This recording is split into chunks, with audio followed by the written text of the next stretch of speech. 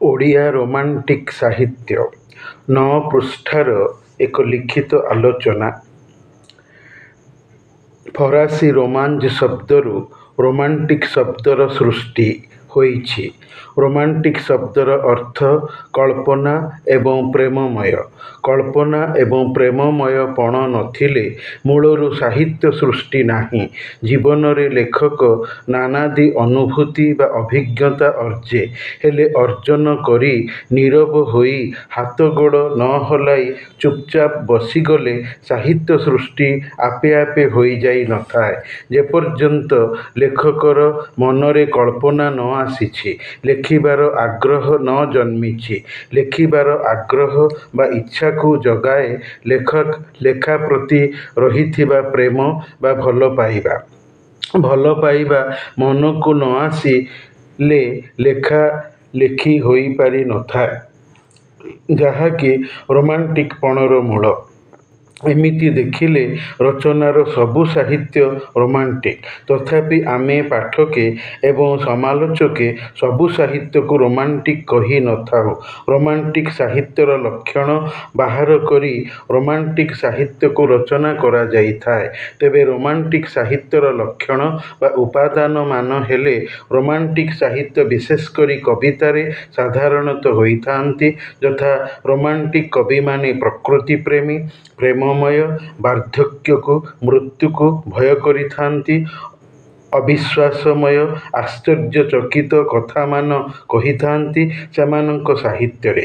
ଯେମିତି କବିବର ରାଧାନାଥ ରାୟଙ୍କର କାବ୍ୟାବଳୀରେ ପାଠକ ସାଧାରଣତଃ ପଢ଼ିଥାଏ ସବୁ ଅସମ୍ଭବ ଅଲୌକିକ କଥା ଓ ଘଟଣାମାନ ଚନ୍ଦ୍ରଭାଗା, ଉଷା, ନନ୍ଦିକେଶ୍ୱରୀ, ପାର୍ବତୀ, ଉର୍ବଶୀ, ଯଯାତିକେଶରୀ ନାମକ କଥାକାବ୍ୟମାନଙ୍କରେ ଦେଖାଯାଇଅଛି। ଇଂରାଜୀ କବିତାରେ ଯଥା ୱିଲିୟମ ୱାର୍ଡସୱାର୍ଥଙ୍କର the solitary river, daffodils, lake isle of Innisfree କିମ୍ବା ରବର୍ଟ ଫ୍ରଷ୍ଟଙ୍କର stopping by woods on a snowy evening, ସେହିପରି ଓଡ଼ିଆ କବିତାରେ ରହିଥିବା ରୋମାଣ୍ଟିକ୍ ସାହିତ୍ୟଗୁଡ଼ିକର ଉଦାହରଣ ହେଲେ କବି କାଳିନ୍ଦୀ ଚରଣ ପାଣିଗ୍ରାହୀଙ୍କର ଲୋହିତ ବ୍ୟଥା, ଜୟପୁର ଘାଟି, ତୋତେ ପାଶୋରି ଦେଲିରେ ଶିମୁଳିପାଳ, ଅନ୍ନଦା ଶଙ୍କର ରାୟଙ୍କର ଯୌବନ ଥରେ ଗଲେ ଆଉ ଆସେନା, ଆହା ଯୌବନ ଥରେ ଗଲେ ଆଉ ଆସେନା, ବୃଥା ବିଧୁର ପରାଣ ପୁରେ ଝୁରେ ବାସନା, ଫୁଲ ଫୁଟେ, ଫୁଲ ଉଠେ, ପୁଣି ଝଡ଼େ ସେ, ପୂରନିମା ଶଶୀ ବୁଡ଼େ, ପୁଣି ଉଠେ ସେ, ମାତ୍ର ନଫେରେ ଆଉ ଯୌବନ ଗୋ, ଗୋପରେ ନଫେରେ ଆଉ ଗୋପଧନ ଗୋ। ସବିତା ନାମକ କବିତା, ସୃଜନ ସ୍ୱପ୍ନ ନାମକ କବିତା,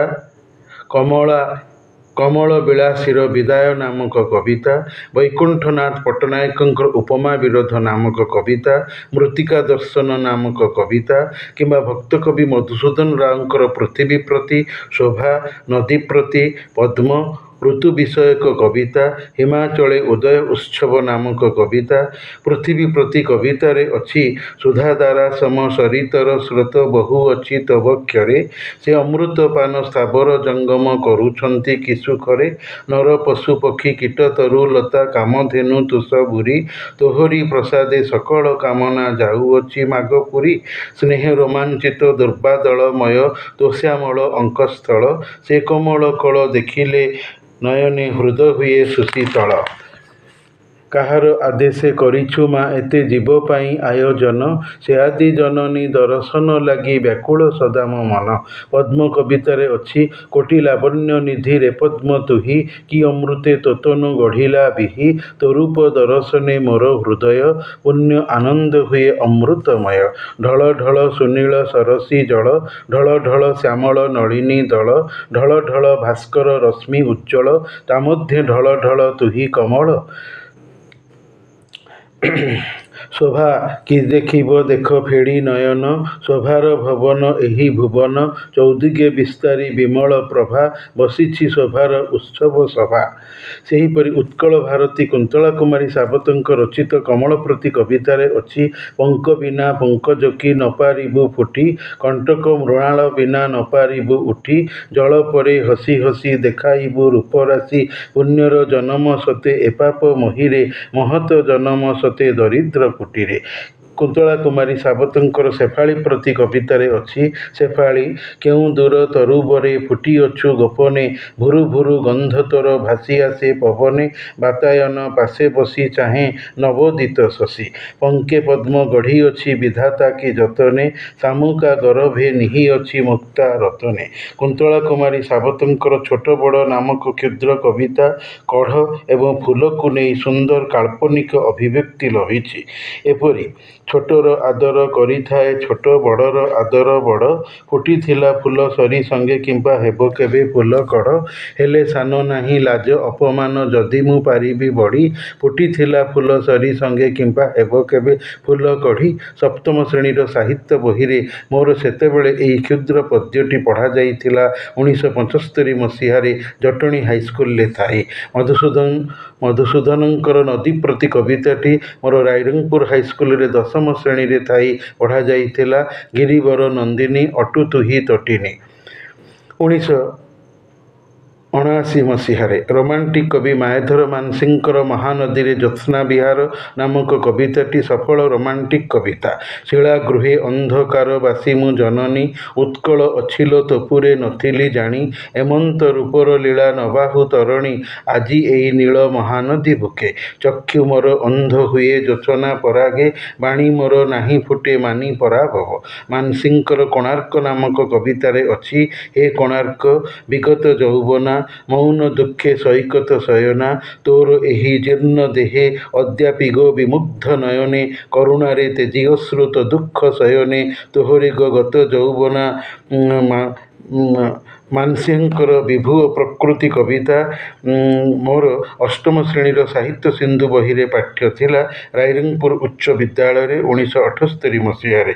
ମାନସିଂହଙ୍କର ଧରଣୀବାସ ନାମକ କବିତାରେ ଅଛି, ଥରେ ଥରେ ଲାଗେ ମନେ ଏ ଜୀବନ ଅମୃତରୁ ଜାତ, ନୁହେଁ ଏହି ଧରଣୀର କଳୁଷ ସଂଘାତ, କଳୁଷ କରିଛି ମୋର ଶ୍ୱେତପୂତ ଦେବତା ଜୀବନ, ବିରୂପ କରିଛି ଦେହ କର୍ଦ୍ଦମିତ କରିଅଛି ମନ, ସର୍ବ ଅକଲ୍ୟାଣ ମିଳେ ହେ ଧରଣୀ ତେଣୁ ତ ଆଶ୍ରୟ, ପ୍ରିୟ ଏଡ଼େ ସର୍ବବ୍ୟାପୀ ପରାଜୟ ଜୟ ସୁଖମୟ। ରୋମାଣ୍ଟିକ କବି ବିନୋଦ ଚନ୍ଦ୍ର ନାୟକଙ୍କର ସରୀସୃପ, ମେଘ ସଞ୍ଚାର, ଏ ପୃଥିବୀ, ଗୋଧୂଳିର ଗୁଧ୍ର ଛାୟା, ନକ୍ଷତ୍ରର ଜୟ, ନାଗୁଣୀ କନ୍ୟାର କାହାଣୀ ନାମକ କବିତାଗୁଡ଼ିକ ସବୁ ରୋମାଣ୍ଟିକ ଶ୍ରେଣୀୟ ଅଟନ୍ତି। କବିଙ୍କର ଗ୍ରାମପଥ ନାମକ କବିତାଟି କିଛି ଅଂଶରେ ରୋମାଣ୍ଟିକ ଉପାଦାନ ଦେଇ ବଳକା ଅଂଶ ପଲ୍ଲୀ ଗ୍ରାମ୍ୟ ଭିତ୍ତିକ ଛିନ୍ନଚିତ୍ରର ସମାବେଶକୁ ଅଙ୍କିତ କରିଛି। କବିତାର ପ୍ରଥମ ପଦ ହେଲା, ଦୂରେ ତାଳ ବଣ ଆକାଶେ ଶୁଣାଏ ମାଟିର କବିତା କିସେ, ଏପଥ ତହିଁ ଦିଗନ୍ତେ ମିଶେ, କ୍ଷେତ ପରେ ପାଟ, ପାଟ ପରେ ବଣ, ବଣ ପାରି ହେଲେ ମାମୁଁ ଘର ଗାଁ ଦିଶେ, ଶିମୁଳି ଶାଖାରେ ବାହୁନେ କପୋତୀ, ଉଠ ପୁତ ଉଠ, ଉଠ ପୂରିଲାଣି ମାଣ, ଆସିବା ଜନର ସାକ୍ଷୀ ଏ ପଥ, ଫେରିବା ଜନର ବନ୍ଧୁ। ମୋର ଅଷ୍ଟମ ଶ୍ରେଣୀର 1978 ମସିହାରେ ରାଇରଙ୍ଗପୁର ଉଚ୍ଚ ବିଦ୍ୟାଳୟ ଏବଂ MA ଓଡ଼ିଆ ଶ୍ରେଣୀ 1985ରୁ 1987 ମସିହାରେ ସମ୍ବଲପୁର ବିଶ୍ୱବିଦ୍ୟାଳୟ ଜ୍ୟୋତିବିହାରଠାରେ ଦୁଇଥର ଏହି କବିତାଟି ପାଠ୍ୟ ଥିଲା। ସାର୍ ନିରଞ୍ଜନ ମିଶ୍ର ମୋତେ ରାଇରଙ୍ଗପୁର ହାଇସ୍କୁଲରେ ଏବଂ ଡକ୍ଟର ଆଦିକନ୍ଦ ସାହୁ ଜ୍ୟୋତିବିହାର ସମ୍ବଲପୁର ବିଶ୍ୱବିଦ୍ୟାଳୟରେ ଓଡ଼ିଆ ବିଭାଗରେ ଯଥାକ୍ରମେ ଗ୍ରାମପଥ କବିତାଟିକୁ ଦୁଇଟି ଭିନ୍ନ ଶିକ୍ଷା ସମୟରେ ପଢ଼ାଇଥିଲେ। ମୁଁ ବି ଓଡ଼ିଆ ଅଧ୍ୟାପକ ଥାଇ ଟିଟିଲାଗଡ଼ରେ ଅନେକ ଥର ପିଲାଙ୍କୁ ଗ୍ରାମପଥ କବିତାଟିକୁ ପଢ଼ାଇଥିଲି। 1990 ଡିସେମ୍ବରରୁ 2013 ମାର୍ଚ୍ଚ ମସିହା ପର୍ଯ୍ୟନ୍ତ ମୋର ରହଣି କାଳରେ। ସରୀସୃପ କବିତା ଯୌନ ଉତ୍ତେଜକ ଭିତ୍ତିକ। ପୁରୁଷର ଲିଙ୍ଗକୁ ସରୀସୃପ କୁହାଯାଇଅଛି। ନାରୀ ପୁରୁଷର ଶାରୀରିକ ମିଳନରୁ ତୃତୀୟ ମଣିଷର ଉତ୍ପତ୍ତିର ବିବରଣୀ ଏକାନ୍ତ ଅଶ୍ଳୀଳ ଦୃଷ୍ଟିକୋଣରୁ କବି ବିନୋଦ ଚନ୍ଦ୍ର ନାୟକ ବର୍ଣ୍ଣିଛନ୍ତି। ପୁରୁଷର ଜନନ ଇନ୍ଦ୍ରିୟ ମୋଟା ଲମ୍ବା ଟାଣ ହୋଇ ନାରୀ ଯୋନିରେ ଠେଲି ହୋଇ ବସିଲେ ତାହା ମେରୁଦଣ୍ଡହୀନ ପ୍ରାଣୀ ଶରୀରରେ ଭରାଦିଆ ସରୀସୃପ ହୋଇଯାଇଥାଏ। ସେହି କବିତାର ପ୍ରଥମ ପଦରେ ଅଛି, ସନ୍ଧ୍ୟାର ଆକାଶ ଗୁଜୁରାଟୀ ରମଣୀର ପାଲଟା ଶାଢ଼ୀ ପରି ସଫେଦ ଛାୟାପଥ, ଦିଗ ତଳେ ବାଇଗଣୀ ସ୍ୟାହି ପରି ସ୍ୱଳ୍ପ ମେଘର ଛାୟା, କଫି ଓ ବାଦାମ ବନ, ବୀର୍ଯ୍ୟ ଦେଇ ପରପୁରୁଷ ସ୍ୱାମୀ ବା ପ୍ରେମିକ ତାର ଯୌନ କାମନାକାରିଣୀ ସ୍ତ୍ରୀକୁ ବା ପ୍ରେମିକାକୁ ଉତ୍ସୁକ ଆଗ୍ରହୀତ ପ୍ରଶ୍ନ ପଚାରିଛି, ଏଇ ଯେଉଁ ସମ୍ଭାବ୍ୟ ଭ୍ରୂଣର ବିକାଶ ହୋଇଲା ତାର ପ୍ରକାଶ କ'ଣ ଅତିମାନବର ଆବିର୍ଭାବ? ଏହି ପ୍ରଶ୍ନ ସମାଧାନହୀନ, ଅର୍ଥାତ୍ ଆମର ଯେଉଁ ପିଲା ହେବ ସେ କ'ଣ ଭଲ ମଣିଷ ହେବ ନତୁବା ମନ୍ଦ ମଣିଷ ହେବ। ତଥାପି ଏହି ପ୍ରଶ୍ନ ଶାରୀରିକ ସମ୍ବନ୍ଧରେ କିଛି ମାନେ ରଖେ ନାହିଁ। ଏହାର ଦାନ ବିହି ଓ ବିଧାତାର ମଣିଷ ପାଇଁ ଅଜଣା ତଥା ଅଗମ୍ୟ। ମେଘସଞ୍ଚାର କବିତା କାଳିଦାସଙ୍କର ମେଘଦୂତମ୍ କାବ୍ୟ ଭଳି ମନେହୁଏ। କଶ୍ମୀର କି କଲି ନାମକ ହିନ୍ଦୀ ସିନେମାର ଗୀତ ଅଛି, ଦୀୱାନା ହୁଆ ବାଦଲ सावन की घटा छाई, ये देख के दिल झूमा ले प्यार ने अंगड़ाई, दीवाना हुआ बादल। शमी कपूर एवं शर्मिला टैगोर अभिनीत सिनेमा। गोधूलीर गुध्र छाया जहाज यात्राकारी नाविक बा सेलर जहाज उपरू थाई ताराभर्ती रात्रि आकाश को चाही तार मनरे संध्यारू परकिया प्रति कामनार सागुणा बसिछि डेणा मिलाई। ओडिया जात्रार नाम गोधूलीर गुध्र छाया। शेषरे जहाज अटकाई कोटि ब्रह्मांड सुंदरीर अपूर्व रूपवती नायिका असती नारी सहित परकिया प्रीति करी मनरे अनुतापग्रस्त होइछि कि आहा काहींकि ए पाप करिदेली रे। हे प्रभु सर्वद्रष्टा तुमे मते क्षमा करिदियो। जीवन रे ए भूल पुनर्बार आउ हेबो नाही। नक्षत्रर जय गोधूलीर गुध्र छाया भली आउ अलगा नामर सेही एका जातीय कविता। घरे मोर सुंदरी स्त्री अछि जीए कि तुलसी चौरा पाखे मुंडिया मारी स्वामीर शुभ मनासु अछि दूरे थाई, अथच मु पापी हतभाग्य नर नाविक सेलर भ्रष्ट स्वामी मो भाग्य तारार शैतान प्रलुब्ध कामना ज्वालारे पाप करिदेली। हे भाग्य विधातार दाता नक्षत्र तारा मोर पाप धोई मते स्वर्गर जययात्रार सुधार सुख दियो। नागुणी कन्यार कहानी कवितारे अछि। जणे युवती केलुणी नारीर साप खेल देखारे मोहित जणे ग्राम्य युवक फटा ब्लाउजरू दर्शित केला युवतीर वक्षज देखिकी प्रेम आतुर होई बीर्य खसाई देइछि। साप पुरुष सेक्सर प्रतीक बोली समीक्षके कहिथांती। ए पृथ्वी प्रति ममता चंद्र चर्चित संध्यार जह्न किरण को देखी कवि रोमांटिक भावाविष्ट भावालुतारे चंद्रलोकरे संध्या कविता लिखिछंती, जहाँकि बीए श्रेणी रे संबलपुर विश्वविद्यालय अधीन डीएवी कॉलेज टिटलागढ़ मु एई कविताटी को पढ़ाई पाठ्य प्रचलित एकदा थिबा कारणर। कालिंदी चरण पाणिग्राहींकर बीट घर और रेलगाड़ी गपरे अच्छी रोमांटिक बादर झलक। फल बिकाली दाम नामक युवक ट्रेन डबारे थाई फल बिकु बिकु लेवल क्रॉसिंग फाटक पका उठा झील को एक तरफा प्रेम करी तापाई प्रेमपत्र रे फल रखी गुड़ाई झरकारु फोपाड़ी शेषरे असावधानता वशतः मरीचिर करुण रसाश्रित गल्प। राधानाथंकर केदार गौरी क्षुद्र काव्य केदार गौरी प्रेम चोरा प्रीति घर कांथरे छोट कणारे प्रेमालाप करिकी जंगल झरणा को आगपछ सिद्धांत कंठ रखारे जाइबी निखोज होइबी प्रेमर माधुर्य जीवन रे पाई पारि नथिले। कविंक भाषारे हेमाचल सिरे ललाट केशरी रचिले रम्य नगर उत्कल भुवने देशे देशे ख्यात हेला भुवन ईश्वर। धन्य से प्रीति की मरण भीति की प्रीति से पारई जिणी शिरीष मृदुला लवणी पितुला प्रीति कला साहसिनी। चंद्रभागा काव्य सुमन्यु ऋषिंक झील चंद्रभागा सहित सूर्य देवतांकर छद्म वेशधारी ब्राह्मण युवक रूपरे प्रेमर कारण विफलत हैला। कोणार्क मंदिर सुमन्यु ऋषिंक अभिशाप रे भुलुंठित हैला। चंद्रभागा समुद्र जलरे बुड़ी आत्महत्या कला जेहेतु रूप थिले प्रच्छन्ने केबे रसिक छाड़े मधु थिले पुष्पे जतने खोजी मधुप काढ़े जे अटे जगत जनर मन नयन कारा अप्रकट होई रहिबा पाई काहिता चारा। ब्रह्मानंद पंडांकर बंशी और बंशी सुंदर रोमांटिक अणुगल्प। बंशी कंटारे माछ लाखिबा युवक छाती पोखरी कूल बसी युवती लोटी जीवा एवं बंशीर बाजिबा श्याम तेरी बंशी पुकारे राधा नाम श्याम तेरी बंशी पुकारे राधा नाम। लोग करे मेरा यूं ही बदनाम। गीत गाता चल रविंद्र जैन संगीत निर्देशित संगीत सचिन और सारिका अभिनीत हिंदी सिनेमा।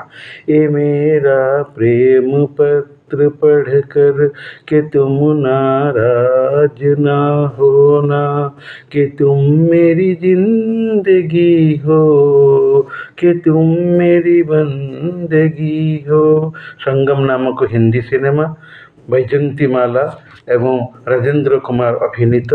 संबलपुर लक्ष्मी टकीज एकदा एमए पढ़ुवा समय एकदा बसी एक चिट्ठी प्यार भरीर शिशु मनस्तत्व आधारित मनोज दासंकर शेष बसंतर चिट्ठी भली सिनेमाटीए देखिथिले। मनोज दासंकर विषकन्यार कहानी गल्परे जड़े 12 बनिता असती कोड़टा गरीब झील परकिया प्रीतिर वेश्यावृत्तिर देह पाप विषचरी जाई अकाल मृत्युर शिकार होइथिबार दुखद कहानी सुंदर मनोरम गल्पटीए। सेहीपरि अखिल मोहन पट्टनायकंकर किंसुकर अभिसार गल्प, गुरुप्रसाद महांतींकर सोनार झरणा, गोबर गणेश कविताद्वय, अलका सानालर सेही वाक्य मु तुमको स्वप्न देखे मो ढिला पाइजमा कामिजर अमरावती रे, हसी हसी झरीगला सिमेंटर चटाण उपरे सोनार झरणा, सेतेबेले ए गली रे लोक थिले खरा थिला आउ मुह देहे थिला पौषर पड़ित मूर्छना। गोबर गणेश कवितारे अछि रही जाए अभाव तथापि। गोबर गणेश बा हलो मैन शून्य मनीष नामक व्यक्तिर मनरे यौन विकारग्रस्तर सुदीर्घ सुंदर एमए श्रेणी रे मोर पाठ्यांतर्गत थिबा कविता गुरुप्रसाद महांतींकर। एहीपरि ओडिया साहित्य रे रोमांटिक बादर भूमिका रही अछि।